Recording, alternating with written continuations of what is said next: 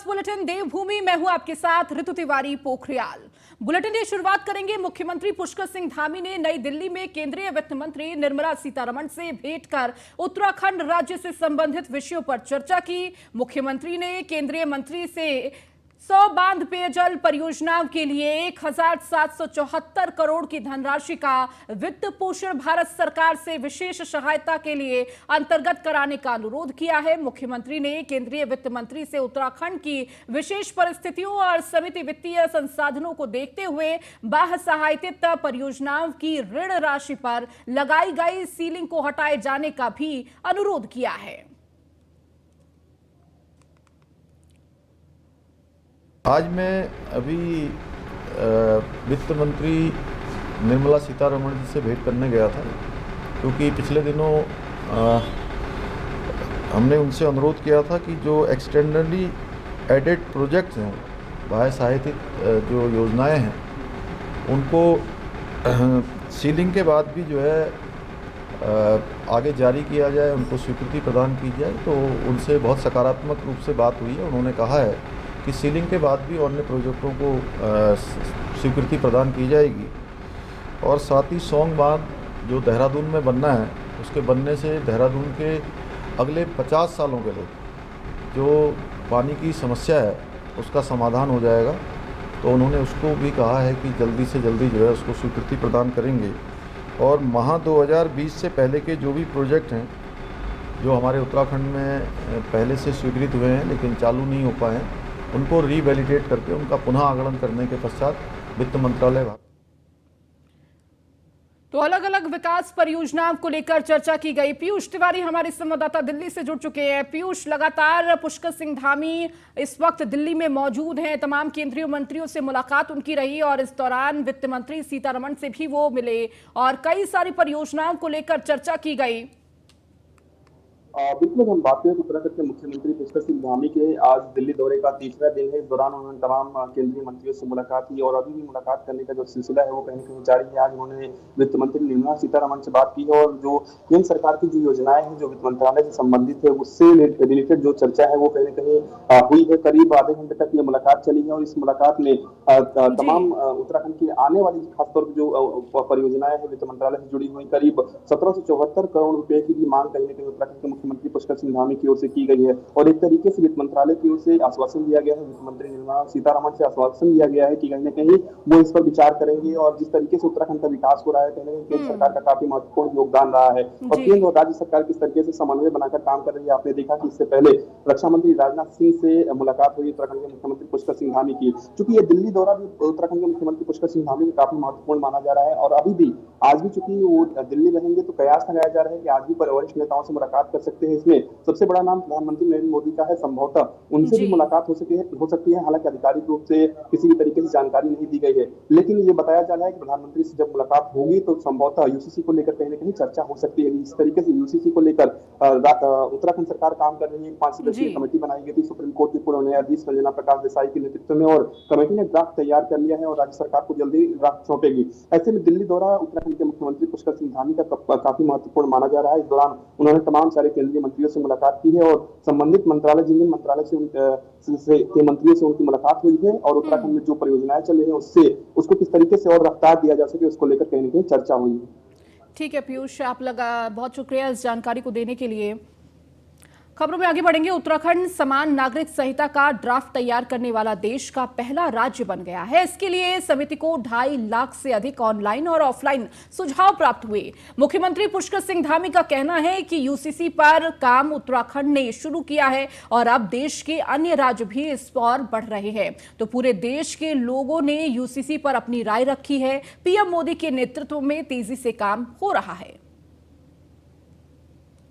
अच्छी बात है कि हम लोगों ने जो काम शुरू किया है वो धीरे धीरे उत्तराखंड राज्य ने शुरू किया और पूरे देश के लोग, हमारी तो शुरू से अपेक्षा रही है कि पूरे देश के लोग इसको, अन्य राज्य भी अपने यहाँ पर इस प्रकार के इनिशिएटिव लेकर लागू करने की दिशा में आगे बढ़े। तो इनिशिएटिव लिया जा रहा है। हमारे देश के यशस्वी प्रधानमंत्री मोदी जी के नेतृत्व में हर काम जो संतुष्टिकरण के हैं और सशक्तिकरण के हैं उन सभी पर काम हो रहा है। इस पर भी काम हो रहा है। देश को मजबूत करने की दिशा में हर तरीके से काम चल रहा है, सबके उत्थान के लिए काम हो रहा है। उसी में समान नागरिक संहिता का भी तेज़ी से देश के अंदर चर्चा भी हुई है और लोग अपने अपने तरीके से उसके पक्ष में। देहरादून के सैन्य धाम में स्थापित होगी अमर जवान ज्योति। गुनियाल गांव में निर्माणाधीन सैन्य धाम में होगी स्थापना। 1734 शहीद परिवारों के आंगन की मिट्टी लगेगी। 16 पवित्र नदियों के जल से अमर जवान ज्योति की स्थापना कार्यक्रम में सीडीएस जनरल अनिल चौहान मौजूद होंगे। राज्यपाल गुरमीत सिंह भी मौजूद होंगे कार्यक्रम में। कैबिनेट मंत्री गणेश जोशी भी लेंगे हिस्सा। पूर्व सैनिक और शहीद सैनिकों के परिवार भी कार्यक्रम में मौजूद होंगे, तो अमर शहीदों का भी किया जाएगा सम्मान। तो कार्यक्रम में तमाम वो बड़े चेहरे मौजूद होंगे। राज्यपाल गुरमीत सिंह कार्यक्रम में मौजूद होंगे, तो कैबिनेट मंत्री गणेश जोशी भी ले रहे हैं हिस्सा।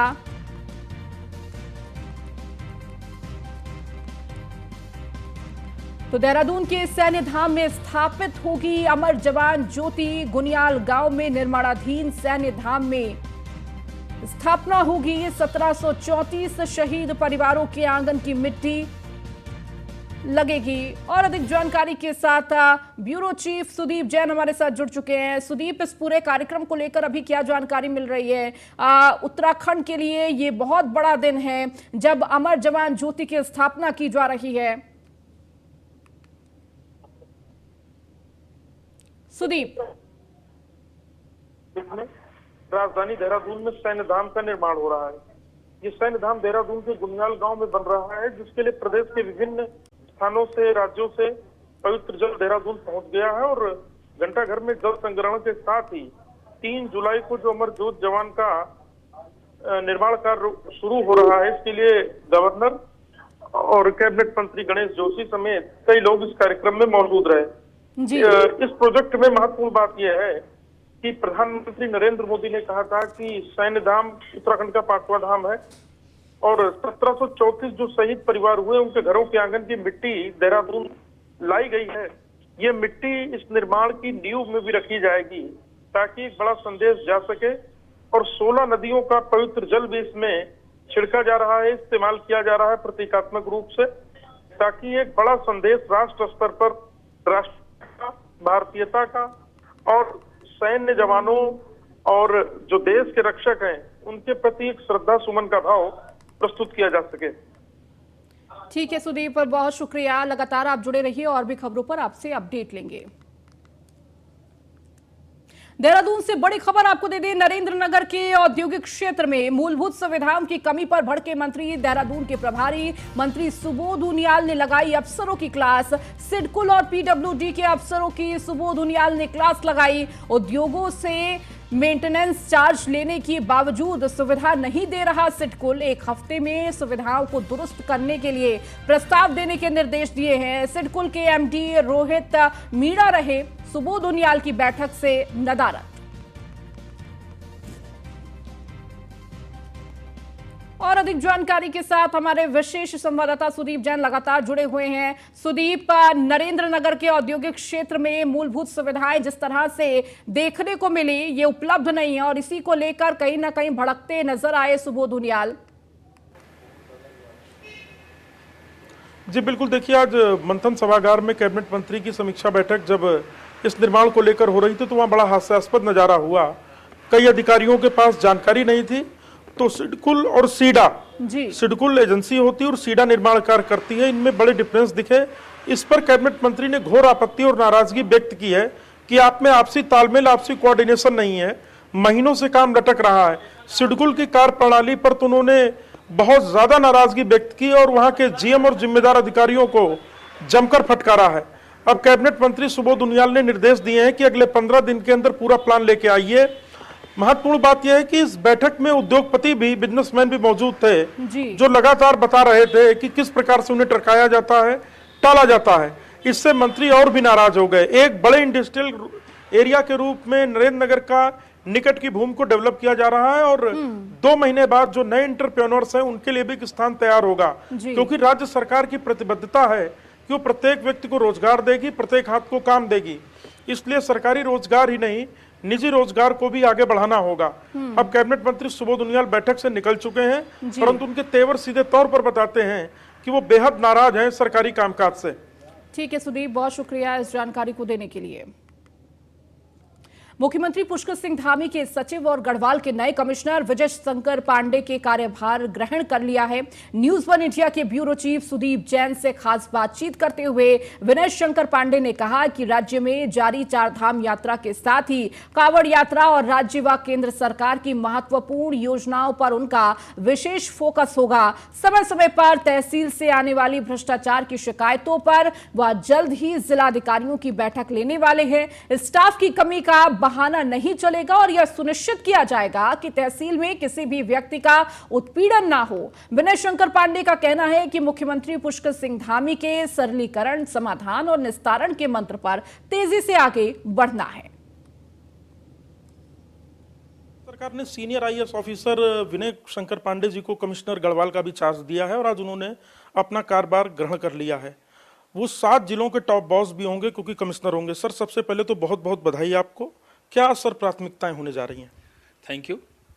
देखिए, बतौर गढ़वाल कमिश्नर जो प्राथमिकताओं की बात आपने पूछी है, आमतौर पर गढ़वाल कमिश्नर के रूप में 3-4 बहुत बड़ी महत्वपूर्ण प्राथमिकताएं हैं जो मुझे भी प्रथम दृष्टया नज़र आई हैं। एक, हमारी चारधाम यात्रा अभी चल रही है। हालांकि बरसात के मौसम शुरू होने के कारण थोड़ा सा भी ये यात्रा हल्की सी कुछ कम हुई है, लेकिन ये यात्रा निरंतर चलती रहेगी और इस यात्रा को सुचारू रूप से चलती रहे। आने वाले हमारे जो श्रद्धालु हैं, तीर्थयात्री, इनको किसी तरह की कोई दिक्कत ना हो, इसका पूरा ध्यान रखना होगा। एक तो ये महत्वपूर्ण प्राथमिकता है। दूसरा, आपको पता है कि ये बरसात का मौसम शुरू हो गया है और काफ़ी अच्छी बारिश हो रही है।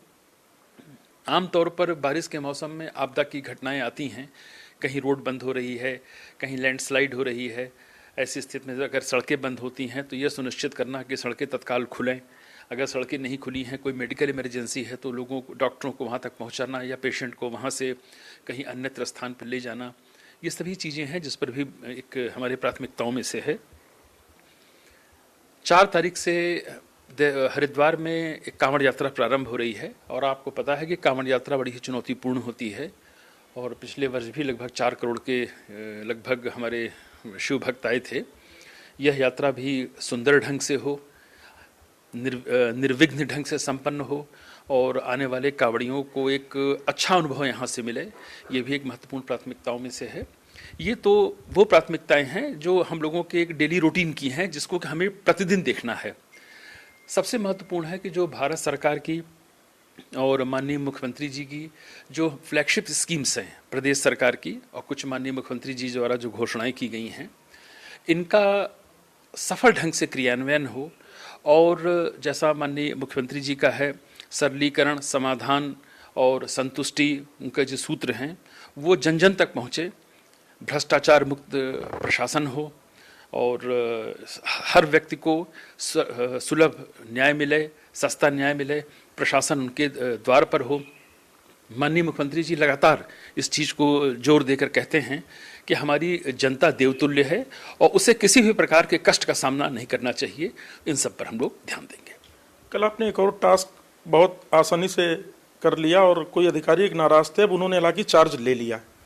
नहीं, ऐसा कुछ नहीं है। वो थोड़ी बहुत यंग ऑफिसर्स हैं, नए हैं, थोड़ी बहुत उनको नाराजगी ऐसी सच की नहीं थी और कुछ अब इश्यूज छोटे मोटे होते रहते हैं, लेकिन उसका समाधान हो गया। उन्होंने कार्यभार भी ग्रहण कर लिया। सर, आप कमिश्नर हैं, आप जिलाधिकारी भी रहे हैं। सर, तहसीलों को लेकर बहुत शिकायत है। आम आदमी को लेखपाल पटवारी नहीं मिलते या उन पर दूसरे काम इतने ज़्यादा होते हैं कि कोई भी एक सामान्य व्यक्ति अपनी ज़मीन के किसी विवाद में पैमाई साध के लिए भटकता रहता है। तो क्या कर्मचारियों की कमी भी एक विषय है या अन्य कार्यों की व्यस्तता को आप विषय मानते हैं? देखिए, कर्मचारियों की कमी है ये एक अलग विषय है, लेकिन प्रशासन एक ऐसी इकाई होती है जिसे कोई भी टास्क अगर दिया जाए तो वो कोई बहाना नहीं ले सकता है कि अपनी कमियों को छुपाने के लिए कि हमारे पास स्टाफ कम है, हमें ये दिक्कत है, वो दिक्कत है। ये कभी भी जस्टिफाई नहीं होता। हमारे संसाधन ज़्यादा हों, बहुत अच्छा, सीमित हैं, उसके बाद भी हमें परफॉर्मेंस उसी प्रकार से देनी चाहिए जैसा कि हम पूर्ण रूप से साधन संपन्न होने पर दे सकते हैं। तो मैं इसको बिल्कुल उचित नहीं मानता हूँ।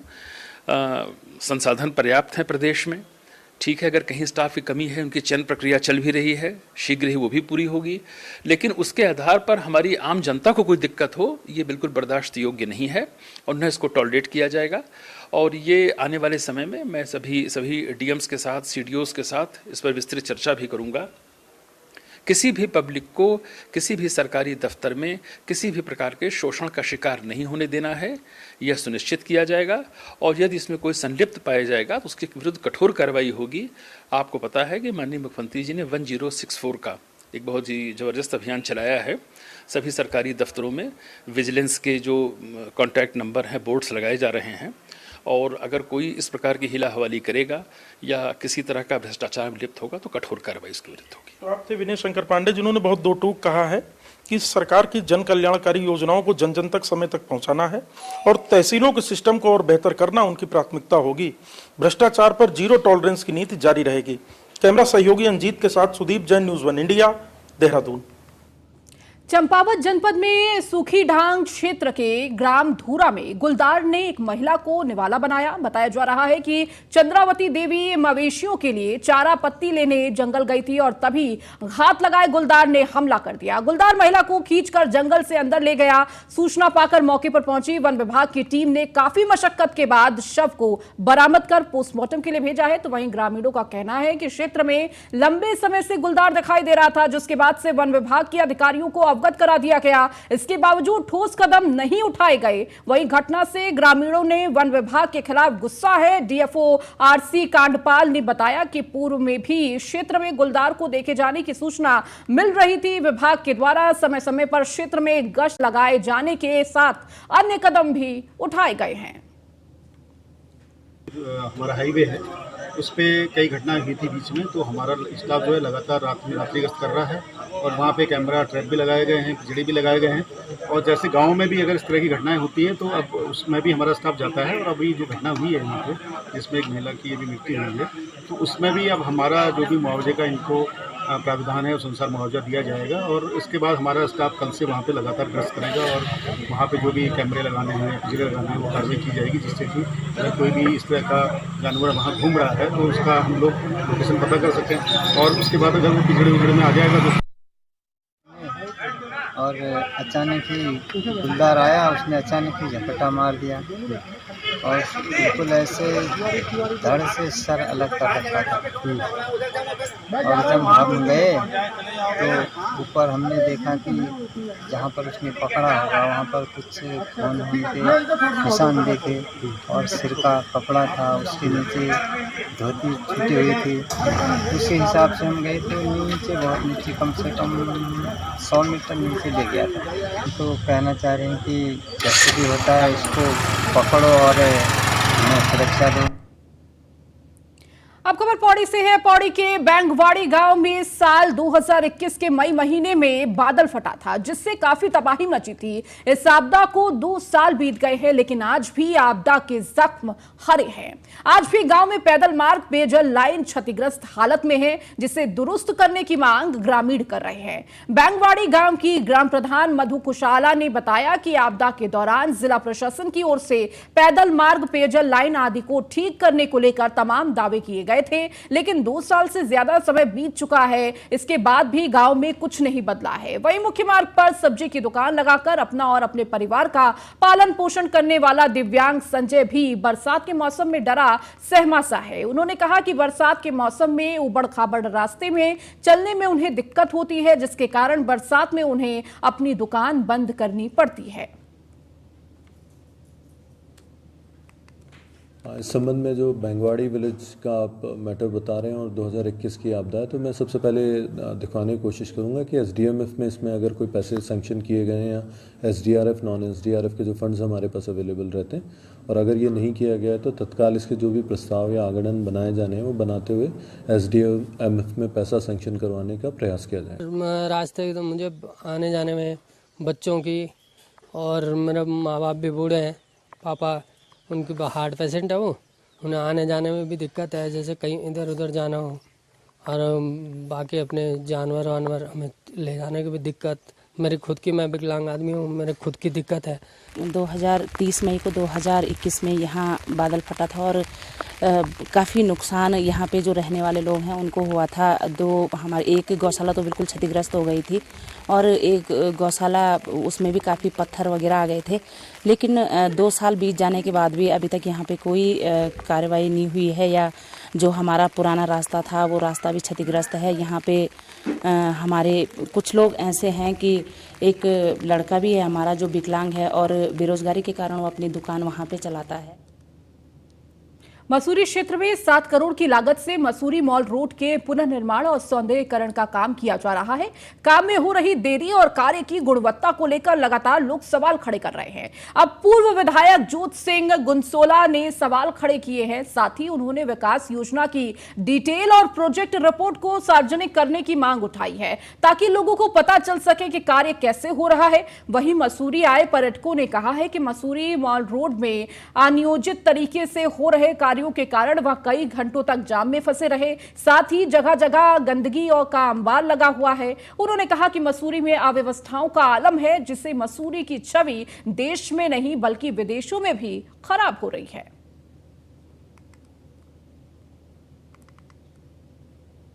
मैं बता नहीं सकता आपको। कल मेरी गाड़ी लगी गई एक सबकी 10,000 का मेरा नुकसान हो गया गाड़ी का। अब क्या कहूँ, किससे कहूँ जाकर मैं? पर क्या परेशानी तो बहुत परेशानी मैं बता नहीं सकता। आप खुद चेक कर लीजिए रोड का क्या हाल है, इतना बुरा हाल है। अब गाड़ी चेक करिए, गाड़ी आ रही है, बड़ा बुरा हाल है इस रोड का। बहुत परेशानी हो रही है। जनता इतनी जो यात्री आया हुआ है इतना बहुत परेशान है और थोड़ा सा सरकार को देखना चाहिए। जैसे रोड का ये सौंदर्यीकरण किया जा रहा है, दिक्कतें अनमैनेज तरीके से लग रहा है सब। बिल्कुल कोई है ही नहीं, तरीका ही नहीं है, कोई समझ में ही नहीं आया। इससे पहले कितनी स्वच्छता रहती थी यहाँ, जबकि मोदी जी तो स्वच्छता के ऊपर बहुत कुछ कर रहे हैं, बोल रहे हैं, पर यहाँ वो दिख ही नहीं रहा है। सारा कुछ आसपास के एरिया में गंदगी भी है। आप देखिए, किसी भी काम को करने के लिए गवर्नमेंट एजेंसी एक एस्टीमेट तैयार करती है। वो एस्टीमेट में पूरा DPR डिटेल रिपोर्ट्स आती है कि किस चीज़ को बनना है, उसका कितना लेंथ है, कितना उसका प्राइस है, कितना वेट है, किस तरह से इसको बनना है। तो ये डिटेल रिपोर्ट हर प्रोजेक्ट की आती है, वो सैंक्शन होती है और उसको सार्वजनिक करना इसलिए भी ज़रूरी है कि यहाँ की जनता को ये पता चले कि ये काम फलां विधायक जी ने कराया, इसमें ये चीज़ हुई, पार्षद ने कराया, ये चीज़ हुई, चेयरमैन ने कराया। तो ये जनता के सामने डिटेल रिपोर्ट कैसे जाएगी? या तो SDM कोर्ट के अंदर बाहर चस्पा हो, नगर पालिका में चस्पा हो, जल निगम का काम है तो जल निगम में चस्पा हो। मैं बता नहीं सकता आपको। कल मेरी गाड़ी लगी गई एक सबकी 10। चलिए, इस बुलेटिन में फिलहाल इतना ही। बने रहिए न्यूज़ 1 इंडिया के साथ।